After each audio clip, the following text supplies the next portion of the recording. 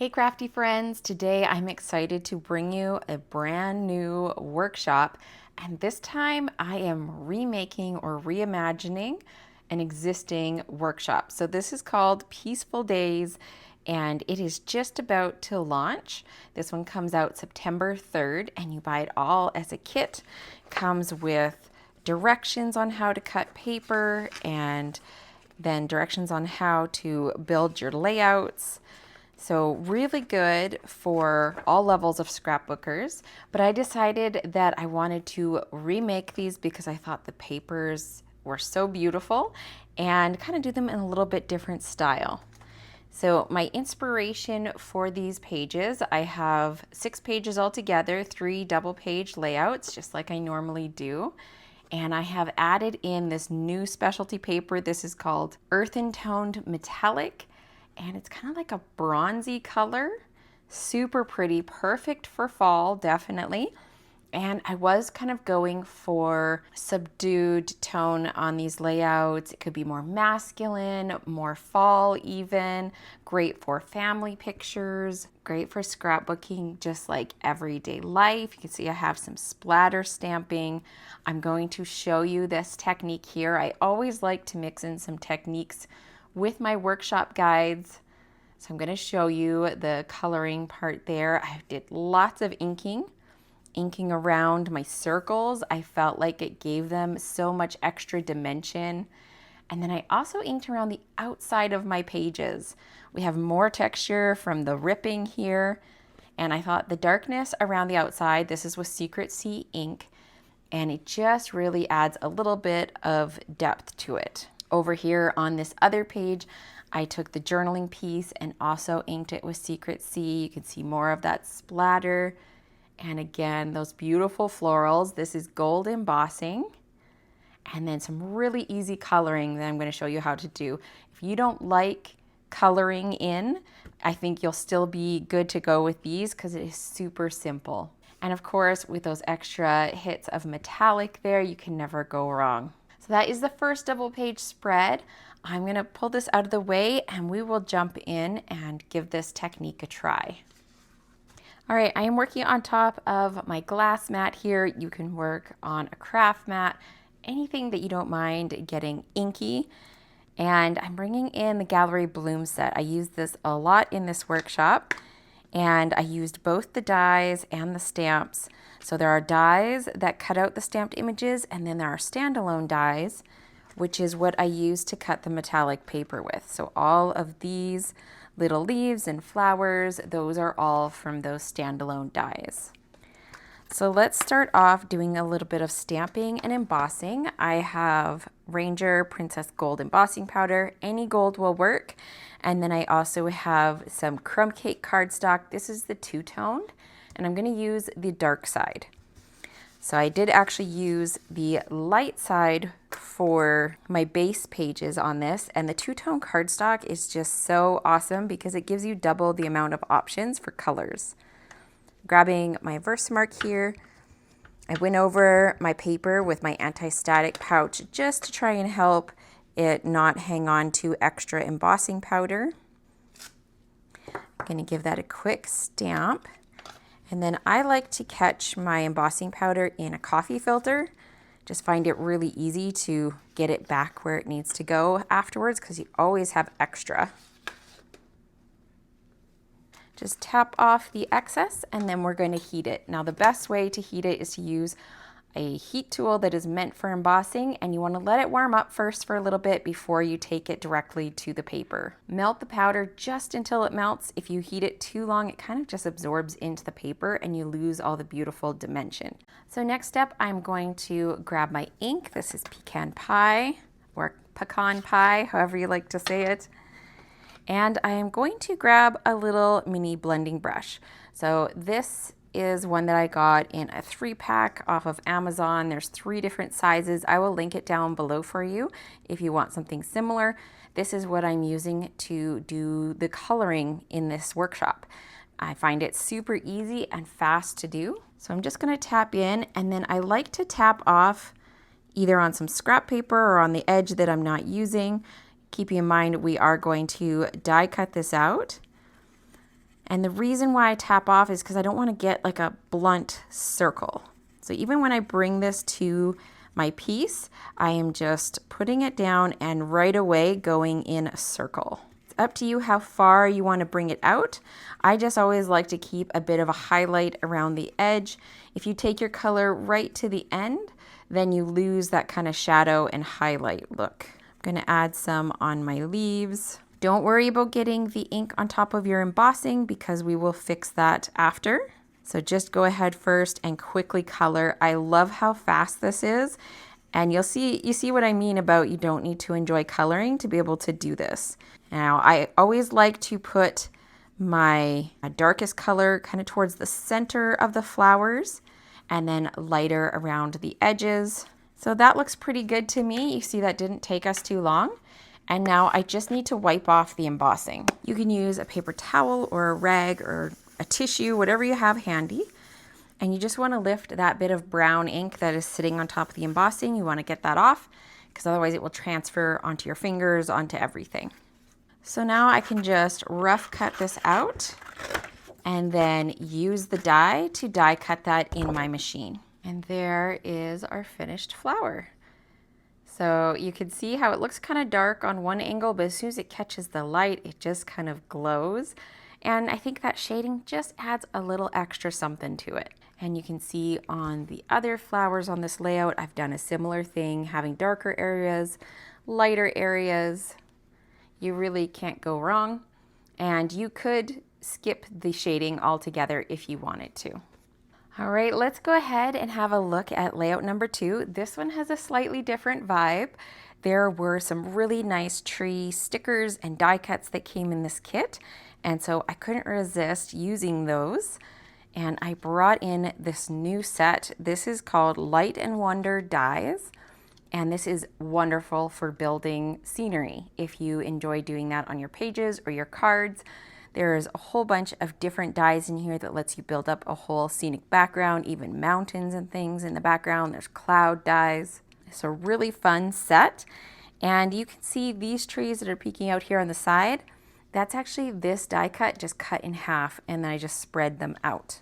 Now, if you would like to get your hands on this guide, it has all the cutting diagrams, the photos, instructions, and then of course you have this video for reference as well for a closer up look.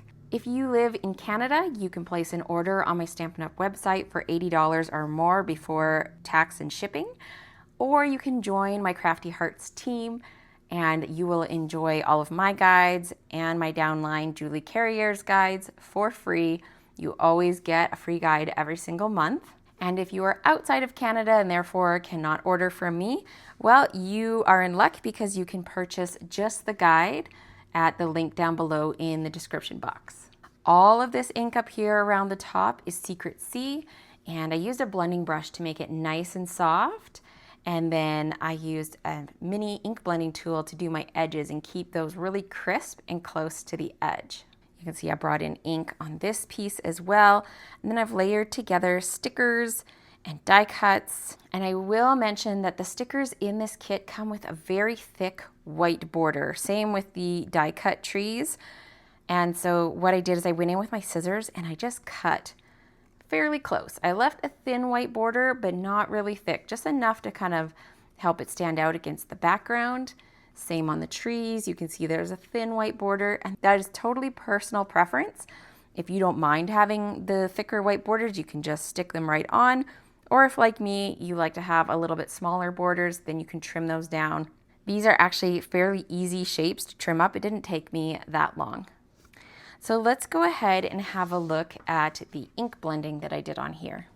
I'm using some Secret C ink as well as a blending brush. Anytime that I want very diffused ink, like around those circles or the top part of this page, then I always use a blending brush. I always like to have some sort of scrap paper or paper towel or something that I can just tap off my ink. I like to start off slow, see how the ink is building, and then just keep adding until I'm happy. Just right away, you can see how soft of an edge this gives. If I go in super hard, just ink it up and start going, I am more likely to end up with a really harsh edge. If I take off a little bit of that ink, I'm starting off on my glass mat, which works really well because the brush just kind of glides along, pulling ink from on the mat onto the paper and gives me this really soft edge. You can bring that in as far as you want. Basically, I try and fade it off to white and then just keep layering until you're happy with what you've got. And if you want some really dark inking around the edges, you can really concentrate it out there and deepen it up, which is kind of what I did in the corners of my pages. And then my preferred tool for doing like just the edges of my papers is a mini ink blending tool. And I just drag that along my edge straight. I'm kind of going straight onto the paper. And that way I'm not bringing it in too far, because you can do a similar blending motion with this tool as well. I just find I don't get it as smooth. I end up with a little bit more like marks and stuff, and after you use these for a while on the edges, they kind of get torn up a bit. So then you can get more like little scraggly bits, and it's not as consistent or as soft as the blending brush. This lays down ink way faster. So if that's what you're looking for, definitely use a tool like this. If you want a more diffuse, soft look, then definitely use a blending brush. I'm going to clean this up and then we can have a look at the last layout in this workshop. On this layout, I went a little bit more for some blue florals. I do love how these came out. So I used a combination of Secret Sea, and that's the darker floral here. And then I also used Misty Moonlight. So a little bit brighter blue, and you can see the difference here. This is Misty Moonlight, this is Secret Sea, and both of those colors are found in this pack. But I thought I added some nice variation to the florals to have a couple different blues going on. I don't usually work this monochromatic. You guys know I love color, but this kit inspired me to channel Julie Carrier a little bit more and be a little bit more monochromatic. I used crumb cake on my leaves. And then we're also bringing in some of that pecan pie on our title and here as well on our photo mats. One thing that is so much fun working with a scrapbooking workshop is we have stickers and die cuts, like custom die cuts that are only in the kits. And they make pulling together layouts so fast. We have more of the sticker leaves over here, but I do love pulling in my own florals and just kicking up those layouts another notch and making them extra special. My hope is to take some family photos to put on these pages, because we haven't taken family photos in a couple of years at least. It's funny because my friend Michelle, who is a scrapbooker, she's also a photographer, and I told her what I had in mind. I sent her a picture of the layouts, and she sent back ideas of what we should wear so that she can take our family photos to match these pages. Which, if you guys are anything like me, that is super exciting to already have a plan and knowing that they are going to match perfectly. Now, you could easily go a different way with these papers. I think they would be perfect for some wintry layouts too. You could even go Christmas, like wintry Christmas if you want to. Add in some snowflakes instead of florals. So many options down here. We have another big cluster. I love how varied these clusters are with the stamped florals, the die cuts, the stickers. It just adds a lot of dimension and interest. And I did ink all sides of these paper strips with the Secret Sea again, using the mini ink blending tool just to add some definition. Sometimes when you have so many prints side by side, it helps to break them up a little bit.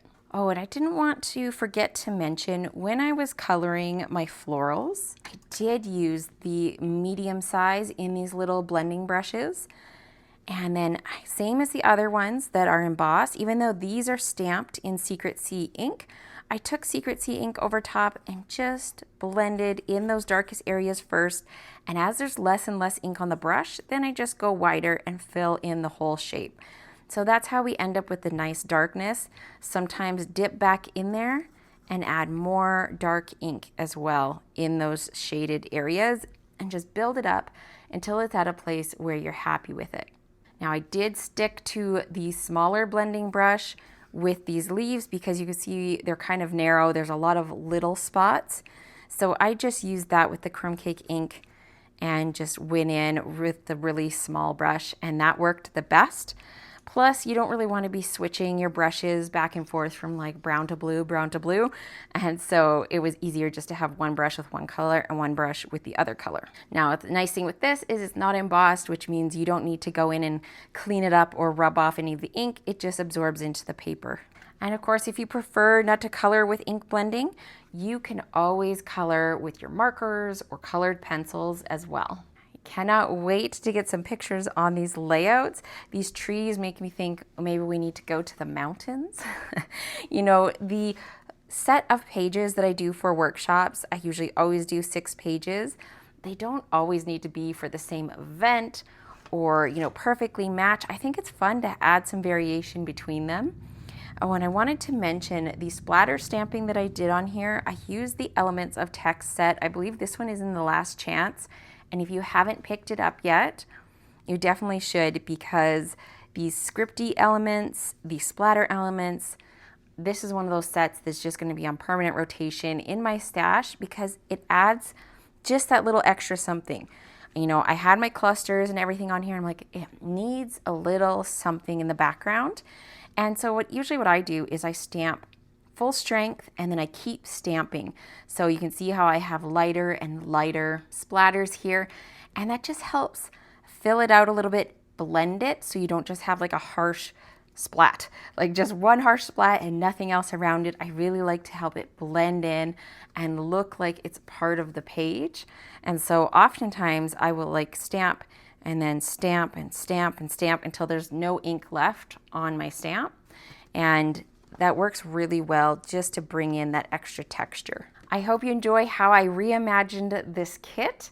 And if you'd like to get your hands on the guide, remember all the directions are down in the description box below. Please leave me a comment and a like, and I will see you again soon with another video.